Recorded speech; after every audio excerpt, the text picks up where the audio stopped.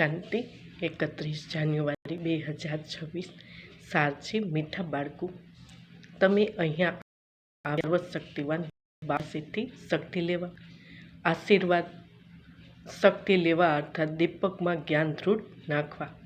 પ્રશ્ન છે, શિવની બારાતનું ગાયન કેમ છે? ઉત્તર છે, કારણ કે શિવ બાબા જ્યારે પાછા જાય છે તો બધી આત્માઓને ઝુંડ એમની પાછળ ભાગી જાય છે. મૂળ વતનમાં પણ આત્માઓનું ઝુંડ લાગી જાય છે. તમે પવિત્ર બનવાવાળા બાળકો બાપની સાથે સાથે જાઓ છો.